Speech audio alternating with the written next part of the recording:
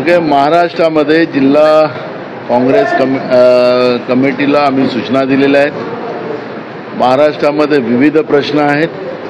विशेष करून आता झालेल्या अतिवृष्टीमुळे मोठ्या प्रमाणात शेतकऱ्यांच्या पिकाचं नुकसान झालं, शेतकरी उद्ध्वस्त झाले। आजही आपण पाहिलं असेल की आज 2 शेतकऱ्यांनी आत्महत्या केल्यात। मोठ्या प्रमाणात शेतकऱ्यांच्या आत्महत्या सुरू असताना सुद्धा सरकार त्याच्याकडे मुद्दामून दुर्लक्ष करत आहे। अधिवेशनाच्या काळातही शेतकऱ्यांच्या आत्महत्या चालू होत्यात, आम्ही त्यावेळेस प्रश्न उपस्थित केलेत, पण शेतकऱ्यांच्या विरोधात महाराष्ट्रातलं भाजपप्रणीत सरकारचं जे धोरण आहे, केंद्र सरकारच्या नरेंद्र मोदीचं धोरण आहे, ते स्पष्ट होते आहे। आणि आम्ही शेतकऱ्यांना वारंवार आवाहन करतो की कोणी आत्महत्या करू नका। आपल्या आशीर्वादाने महाराष्ट्रात आमचं सरकार आल्यानंतर आम्ही तुम्हाला पूर्ण न्याय देऊ। MSP असेल, कर्जमाफी असेल, या सगळ्या विषयावर प्रामुख्यानं आम्ही भूमिका घेऊ। पण जे आभाळच फाटलेलं आहे, शेतकऱ्यांचं हे वर्ष कसं जाणार, त्याचं घरचा उदरनिर्वाह कसा होणार आणि घेतलेलं कर्ज कसं परत करायचं, या चिंतेमध्ये शेतकरी आहे आणि त्याच्यामुळे आत्महत्या होतात आहेत। आणि म्हणून या सरकारला जाग येण्यासाठी आज महाराष्ट्रामध्ये प्रत्येक जिल्ह्यामध्ये काँग्रेस पक्षाच्या वतीनं आंदोलन सुरू आहे। त्याचप्रमाणे महागाई, बेरोजगारी हे जे प्रश्न आहेत, याही प्रश्नाला घेऊन काँग्रेस रस्त्यावर उतरलेली आहे। आणि या सरकारने ज्या पद्धतीनं राज्यावर कर्ज लादून महाराष्ट्राच्या प्रॉपर्टीज विकायला काढल्यात, विकतात आहेत, त्याचाही विरोध आम्ही मोठ्या प्रमाणात महाराष्ट्रामध्ये करतोय। एकीकडे लाईटचे बिलं आपण पाहिलं असेल ते 2 बल्ब जाळणाऱ्याच्या कुटुंबाला सुद्धा 3-3, 4-4 हजार रुपयाचं बिल आलेलं आहे। एकीकडे मीटर बदलवण्याची धोरणं सरकारची, ज्याला रिचार्ज मीटर लावण्याचं सरकारचं धोरण होतं, त्यालाही आम्ही विरोध करतोय। कारण की आज या संकटाच्या काळामध्ये समजा वेळेवर लाईट बिल भरलं नाही तर त्याच्याकडची लाईन हे लोक बंद करतील। आणि म्हणून या सगळ्या विषयाला घेऊन आज काँग्रेस पक्षाचं आंदोलन पूर्ण महाराष्ट्रामध्ये सुरू आहे।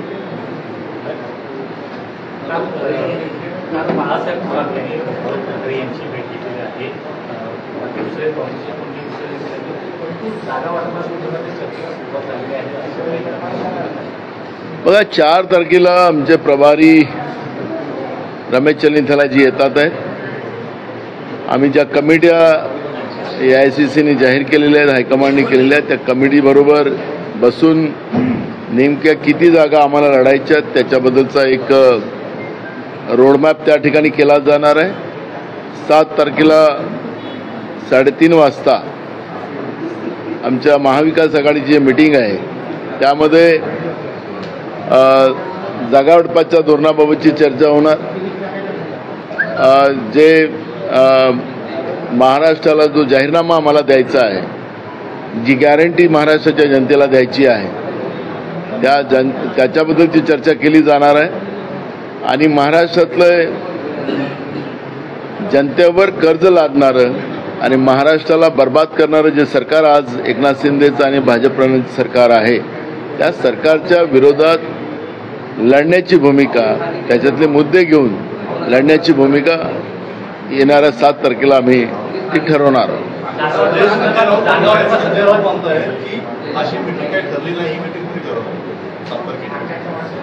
ते सध्या दिल्लीत आहेत आणि आपणच सांगितलं की बाळासाहेब थोरात साहेब आणि काल उद्धव ठाकरे साहेबांची भेट झाली। 2 दिवसाच्या पहिले माझं उद्धव ठाकरे साहेबांशी बोलणं झालेलं होतं आणि काल बाळासाहेबांना मला विचारून ते तिथे गेले होते। त्याच ठिकाणी मीटिंग झाली, त्याच्यानंतर माझ्याशी फोनवर बोलणं झालं आणि 7 तारीख त्या ठिकाणी ठरलेली आहे। ते दिल्लीत असल्यामुळे त्यांना हे माहिती नसेल, त्यामुळे अनावधानाने ते बोलले असतील।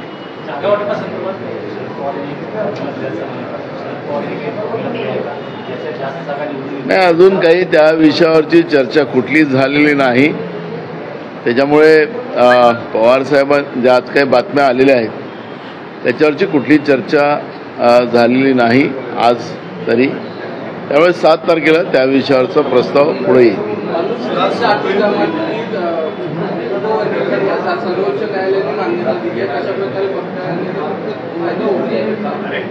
अनुसूचित जाती जमाती उपवर्गीकरणास सर्वोच्च न्यायालयाने आता मान्यता दिली आहे. 7 न्यायाधीशांचं जे होतं त्यात 6-1 असं झालं आणि सर्वोच्च न्यायालयाने आता ही मान्यता दिली आहे उपवर्गीकरणास. बरोबर आहे की माननीय सर्वोच्च न्यायालयाने जो निर्णय दिला तो स्वागतार्ह आहे. पण केंद्रातलं आणि राज्यातलं सरकार या अनुसूचित जाती आणि जमातीच्या साठी आता क्रिमिनल लावण्याचं एक त्यांनी मोहीम आता घेतलेली आहे. बाळकृष्ण आयोग जे डिलिमिटेशनसाठी बसवलेला आहे त्या आयोगाच्या माध्यमातून सुद्धा आरक्षण संपुष्टात आणण्याचं काम केंद्र सरकारच्या वतीनं सुरू झालेलं आहे. मी तुम्हाला दाव्याने आणि विश्वासानं सांगतो की अजूनपर्यंत कुठलीही सेन्सेस केंद्र सरकार करत नाही. 2011चं सेन्सेस त्यांनी जाहीर होऊ दिलेलं नाही. आणि आता डिलिमिटेशनचं जे काही आयोग बाळकृष्ण आयोग यांनी बसवलेला आहे तो कुठल्या आधारावर या रिझर्व्ह जागा आणि डिलिमिटेशनची तयारी करणार त्याच्यातली वस्तुस्थिती पुढं नाही. त्यामुळे राजकीय असो, शैक्षणिक असो या आर्थिक असो हे सगळं आरक्षण संपवण्याचं काम सरकारने तयार केलेलं आहे. अनुसूचित जाती असेल, जमाती असेल त्याला क्रिमिनल लावण्याचं, जसं ओबीसीला क्रिमिनल आहे तसं शेड्यूल कास्ट आणि शेड्यूल ट्राईबलाही क्रिमिनल लावण्याचा प्रयत्न केंद्र सरकारच्या माध्यमातून सुरू झालेला आहे. पण माननीय सुप्रीम कोर्टाचे जे आज आदेश आलेले आहेत ते स्वागतार्ह आहे. पण सरकार करेल की नाही करेल हा प्रश्न आज आमच्या सगळ्यांच्या समोर आहे. आज पूरे महाराष्ट्र में कांग्रेस के कार्यकर्ता सड़कों पर उतरे ठाकुर के खिलाफ, क्या मुद्दे हैं, क्या मांगे हैं आप? देखो, केंद्र और राज्य की सरकार जो है, मैं जब एक मुद्दा छूट गया तो मराठी में बोलता हूँ कि महाराष्ट्र में बड़े पैमाने में जो अतिवृष्टि हुई उसमें सरकार ने ध्यान देना था, सरकार ध्यान नहीं दे रही. किसान बड़े पैमाने में आत्महत्या कर रही. आज कल भी 2-3 किसानों ने आत्महत्या की. और महंगाई है, बेरोजगारी है, ये सब इशू को लेके हम रास्ते पे उतरे हैं. जिस तरह से राहुल गांधी जी को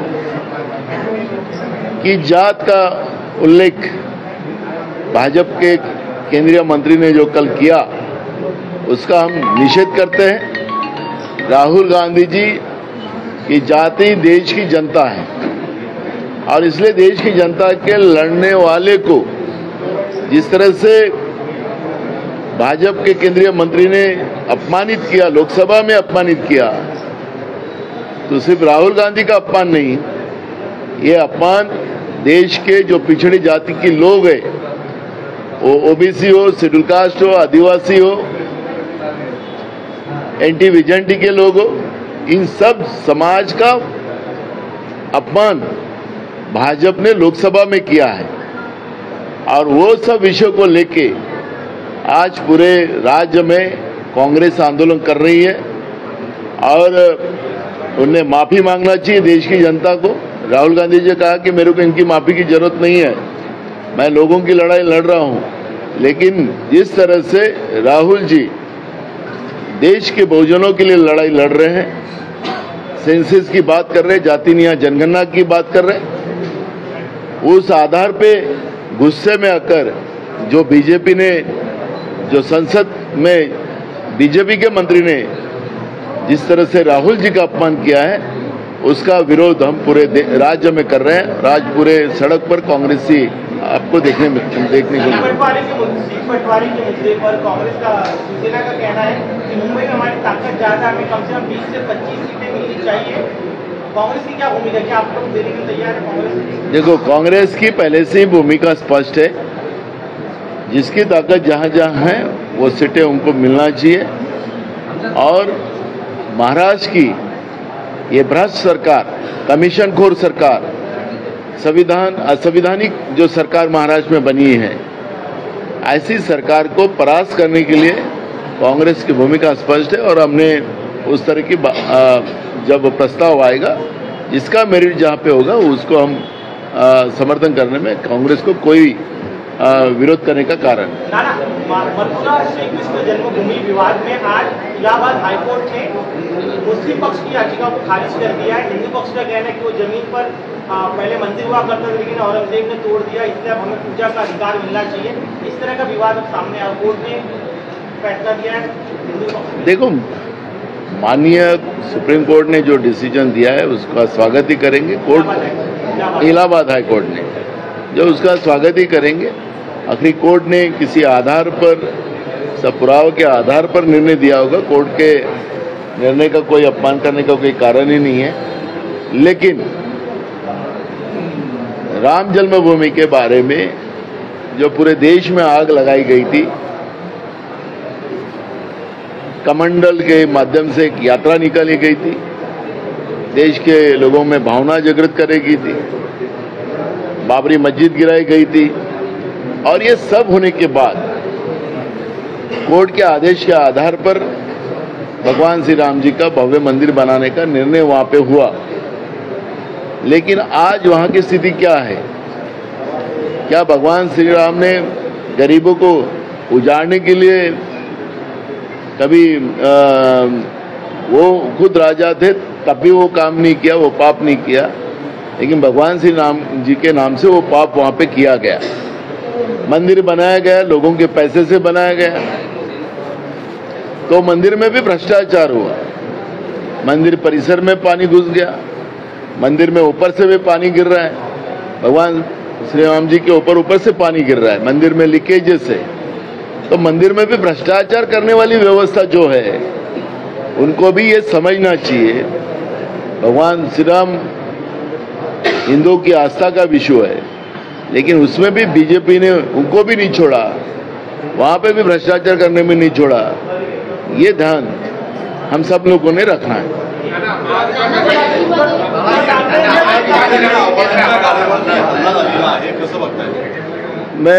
मी सांगतोय की महाराष्ट्रामध्ये जे काँग्रेसचं आंदोलन प्रत्येक जिल्ह्यात जे सुरू आहे, त्या आंदोलनामध्ये एक मुद्दा अजून आहे की राहुल गांधीजींनी जातीय जनगणनेचा मुद्दा लोकसभेमध्ये उपस्थित करून या देशाच्या OBC, schedule caste, schedule tribe, भटक्या विमुक्त जातीच्या लोकांना न्याय देण्यासाठी, आर्थिक कमजोर असलेल्या लोकांना न्याय देण्यासाठी त्यांनी जो प्रयत्न सुरू केलेला आहे आणि प्रामाणिक प्रयत्न, त्याला चिडून काल केंद्रातल्या भाजपच्या मंत्र्यांनी लोकसभेमध्ये राहुल गांधीची जात काढून या देशाच्या OBC, schedule caste, schedule tribe आणि भटक्या विमुक्त जातीचा अपमान करण्याचं काम भाजपच्या मंत्र्यांनी जे केलं, त्यांनी जाहीरपणे या सगळ्यांची माफी मागावी। राहुल गांधींनी सांगितलं की मला यांच्या माफीची गरज नाही, मी प्रामाणिकपणे ओबीसी साठी, शेड्यूल कास्ट, शेड्यूल ट्राईब, भटक्या विमुक्त जातीसाठी लढतो आहे आणि त्याच्यामुळे यांची नाही, पण केंद्रातल्या नरेंद्र मोदीने, कारण नरेंद्र मोदींनी पण त्यांच्या त्या मंत्र्याच्या सपोर्टला ट्विट केलं, म्हणून नरेंद्र मोदींनी या देशाच्या या बहुजनांची माफी मागावी ही भूमिका घेऊन काँग्रेस पक्षाच्या सगळ्या कार्यकर्त्यांनी रस्त्यावर आंदोलन सुरू केलेलं आहे आणि त्याचं दखल नरेंद्र मोदीजींनी घ्यावं ही भूमिका आजच्या मोर्चाची आहे।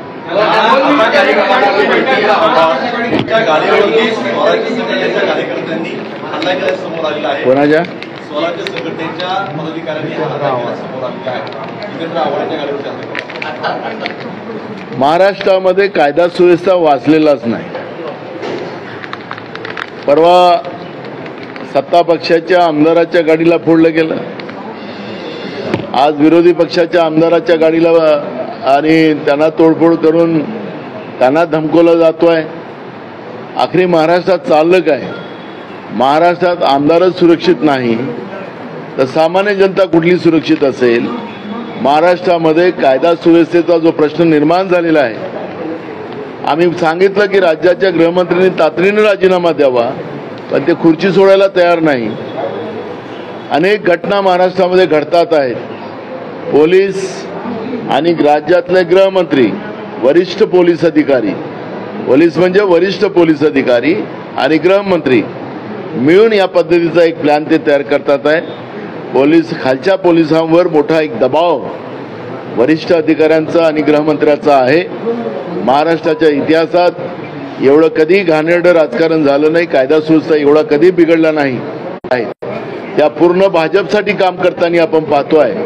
आणि म्हणून एक प्रमुख पदावर बसलेला अधिकारी या पद्धतीनं वागत असेल तर निश्चितपणे राज्यामध्ये कायदा सुव्यवस्थेचे प्रश्न निर्माण झालेले आहेत. आणि म्हणून मुख्यमंत्री, उपमुख्यमंत्री देवेंद्र फडणवीस, गृहमंत्री आणि राज्याच्या डीजी यांनी ही जबाबदारी करून दोघांनी राजीनामे द्यावे, ही मागणी काँग्रेस पक्षाच्या वतीनं आम्ही करतो आहे. देवेंद्र फडणवीस यांना राष्ट्रीय अध्यक्षपदी देखील बनवण्याची चर्चा सुरू झाली आहे. पण एखाद्या आमदारांनी दिल्लीला हल्ला करण्याचा प्रयत्न केला तर त्याला जामीन देखील होतोय. आता कोर्टाने पोलीस स्टेशनच्या समोर सकाळपासून त्यांचं आंदोलन आहे. बघा, आरोपी जो आहे हा राज ठाकरे आम्ही मनसेबद्दल कुठली प्रतिक्रिया आम्ही देणार नाही, असं आमची काँग्रेसची भूमिका आहे. एक राहिलं ठिकाणी जसं हे महाराष्ट्रातलं असंविधानिक सरकार आहे तसं त्यांची नियुक्ती सुद्धा त्या ठिकाणी जबरदस्ती केली गेलेली आहे. IPS मध्ये मोठ्या प्रमाणात वादविवाद सुरू आहेत. दबल्या आवाजाने सगळे IPS अधिकारी बोलतात आहेत आणि स्वतः डीजी त्या ठिकाणी बसून ज्या पद्धतीनं भाजपचं काम करताना आपण पाहतोय आणि राज्याचे गृहमंत्री देवेंद्र फडणवीस त्यांना सपोर्ट करतात आहेत.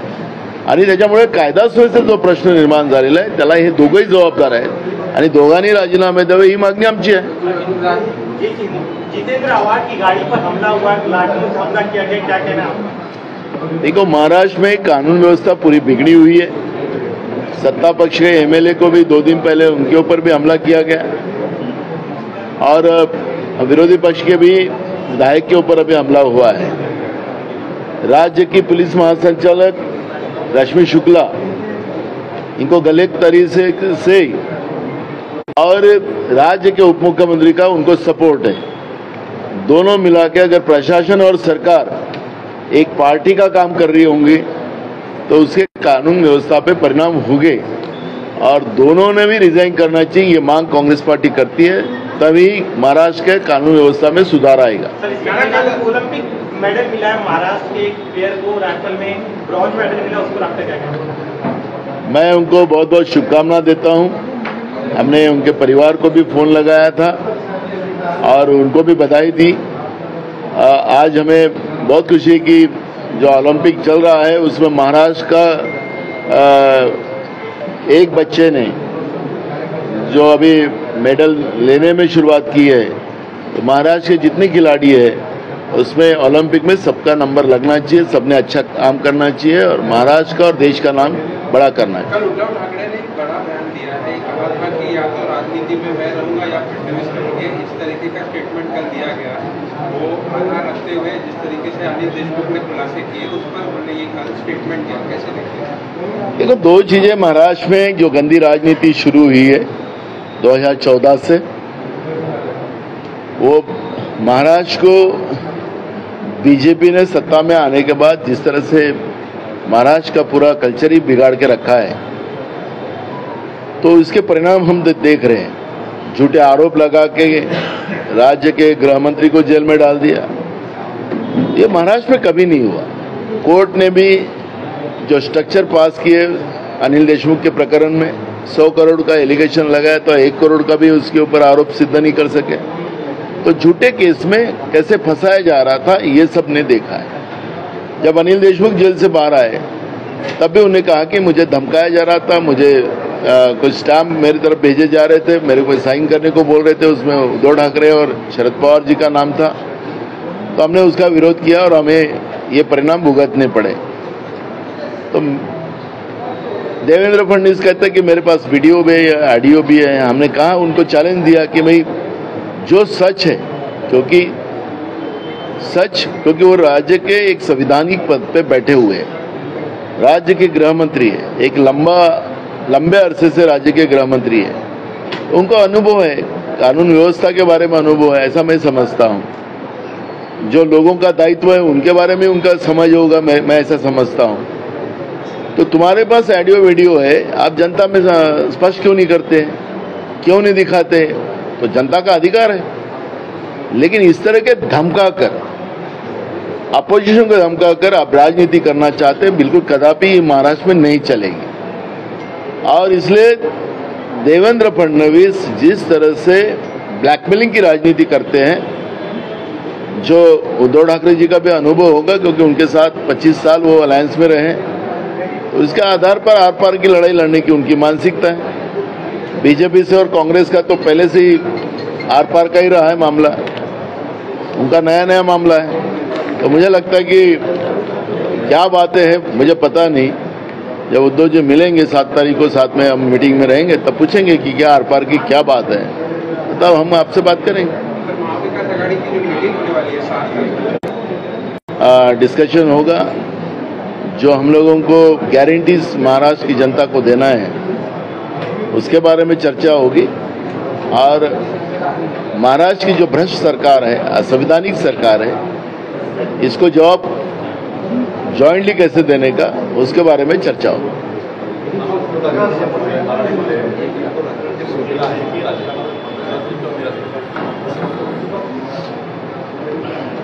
महाराष्ट्रामध्ये ज्या पद्धतीचं 2014 पासून आजपर्यंत जे गढूळ राजकारण,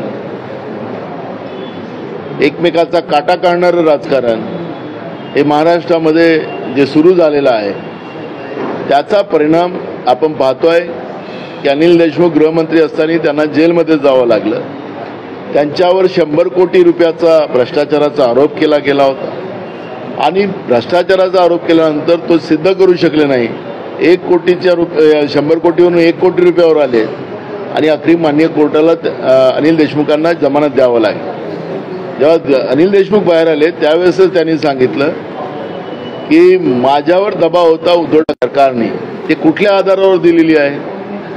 आखरी आम्ही कोणाला सिक्युरिटी देतो, प्रायव्हेट माणसाला असं की कुठल्या VIP माणसाला, त्याला काय थ्रेट आले, त्याला कोणाचं थ्रेट आहे, कुठल्या आधारावर त्याला Y+ सिक्युरिटी दिली जाते, हे सगळे नियम आहेत। मी स्वतः काँग्रेस पक्षाचा अध्यक्ष म्हणून माझ्यावर बीजेपीने अनेकदा हमले केलेत, माझे पोस्टर जाळलेत, माझ्या विरोधात आंदोलन केलं, मला धमक्या दिल्या गेल्या होत्या। मी जेव्हा सिक्युरिटीच्या बाबतचा मुद्दा आला, मी त्यांना पत्र लिहिलं सरकारला की बा माझ्यावर बीजेपी सातत्यानं अटॅक करते, मला माझं Y+ दिलेली आहे, ही माहिती द्यावी जनतेला, कारण की आखरी जनतेच्या पैशाची सिक्युरिटी आहे। हे काही देवेंद्र फडणवीसाच्या काय एकनाथ शिंदेच्या किंवा अजित पवारांच्या घरच्या पैशाची नाही आहे, जनतेच्या पैशाची सिक्युरिटी आहे। पण ते माहिती हे देणार नाही, आम्हाला माहिती आहे हे असंच पोपटासारखे बोलतील आणि यांना कुठलीही माहिती देणार नाही, फक्त जनतेचा दिशाभूल करणं